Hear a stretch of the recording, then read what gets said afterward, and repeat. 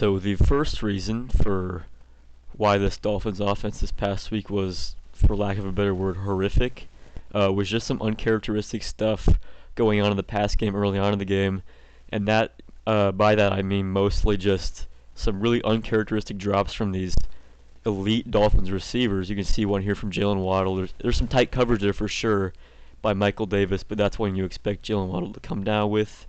You're going to see one again here. Super tight coverage by Michael Davis again, but Tyreek Hill just unable to bring that ball in. And then we're going to see one last one here. There was a flag on this play, but the point stands that that's a ball that Jalen Waddle usually comes down with. Tight coverage again, and again a flag by Asante Samuel there.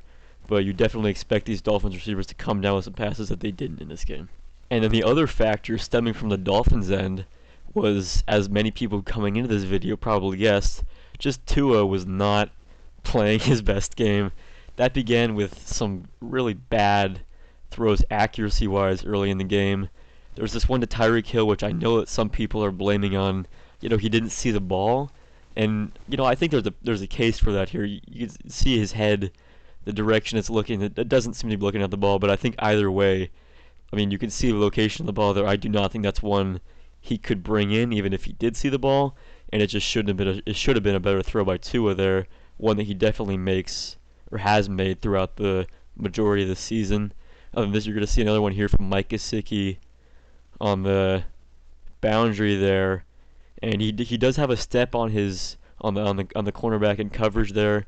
And Mike Gesicki has really good hands. He can get really big, bring in some tough catches, but that one's just a little bit out of reach for him. That's one you would definitely expect Tua to make, and it's one he has made throughout the season. He's been fantastic with his ball placement and with his accuracy, hitting guys right where they need the ball to be.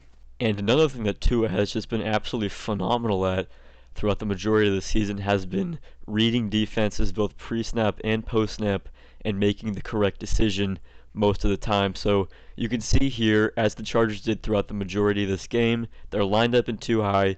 Two is expecting this to be cover two, and you can see that when the Chargers do end up disguising this coverage, and it does end up being cover two, but number 26 there, Asante Samuel, is actually one of the players up high as opposed to the safety there, that it causes some problems for Tua, and he ends up making a really bad decision here and missing out on what could have been a huge play to Jalen Waddle. So you're going to see here, the safety rotates down, which ends up opening up a huge window for Jalen Waddle. And to be fair to Tua here, he's not expecting a sail route to get open versus cover two. It never should if this coverage is ranked correctly.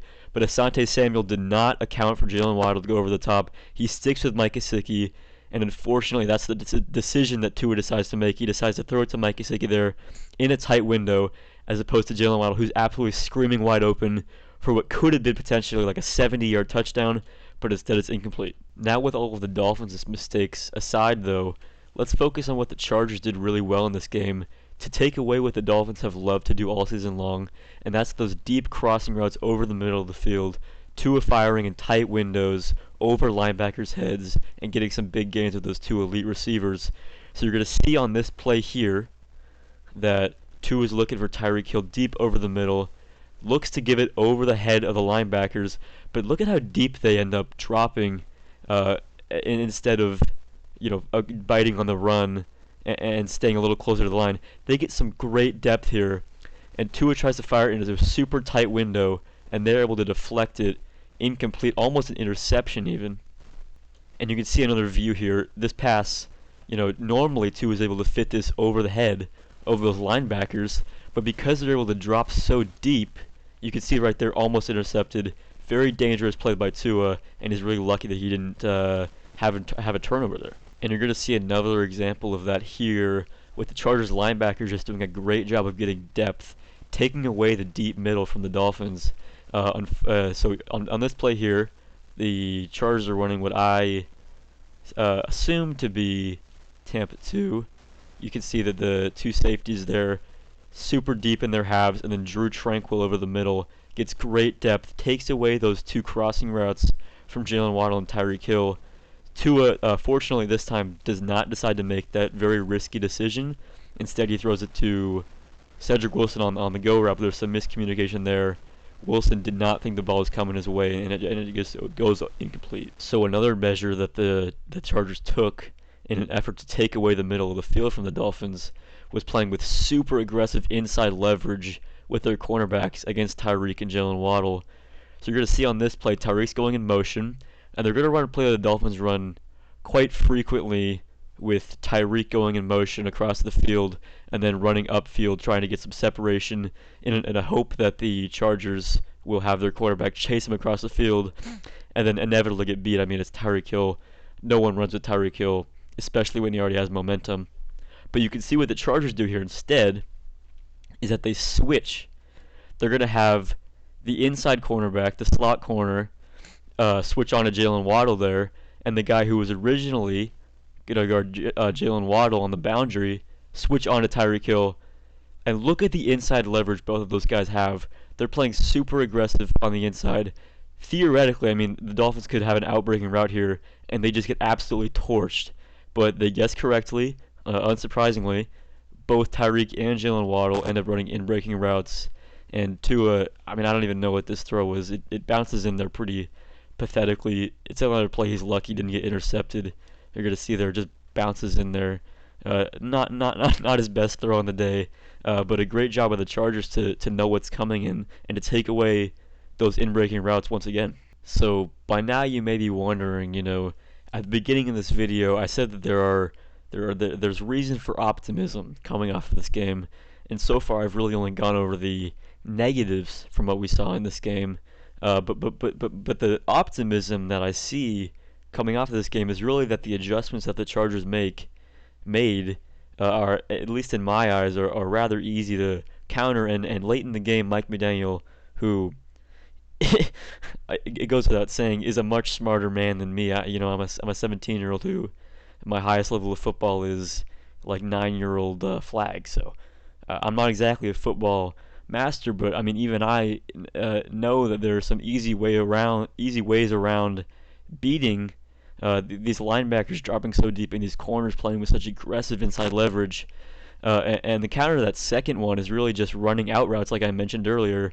And you're going to see it on this play. The Dolphins run it pretty effectively here. They're just going to have super simple Jalen Waddle running a short out route. And then because he has so much cushion by that corner playing with inside leverage, he's able to get some yards after the catch. And you can see here, this is free. I'm not even trying to give credit to Tua here. This is a free play, and he's able to capitalize on it as he should.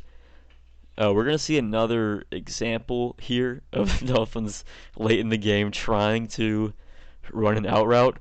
This one doesn't go as well because as we mentioned earlier, this was not Tua's best game by a long shot, and it's really just brutal to watch this play in retrospect.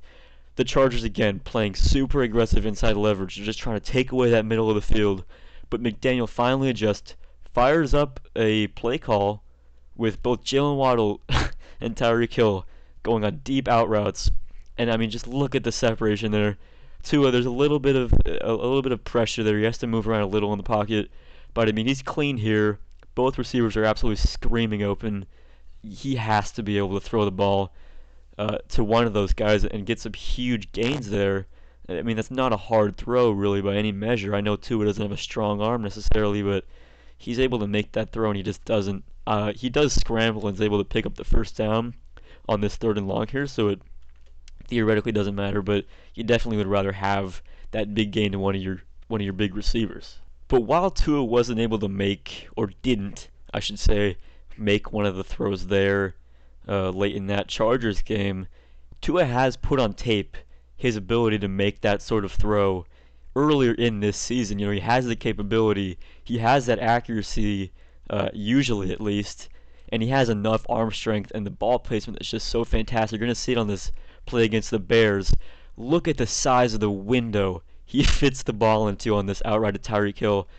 At least, what is that, 25 yards downfield?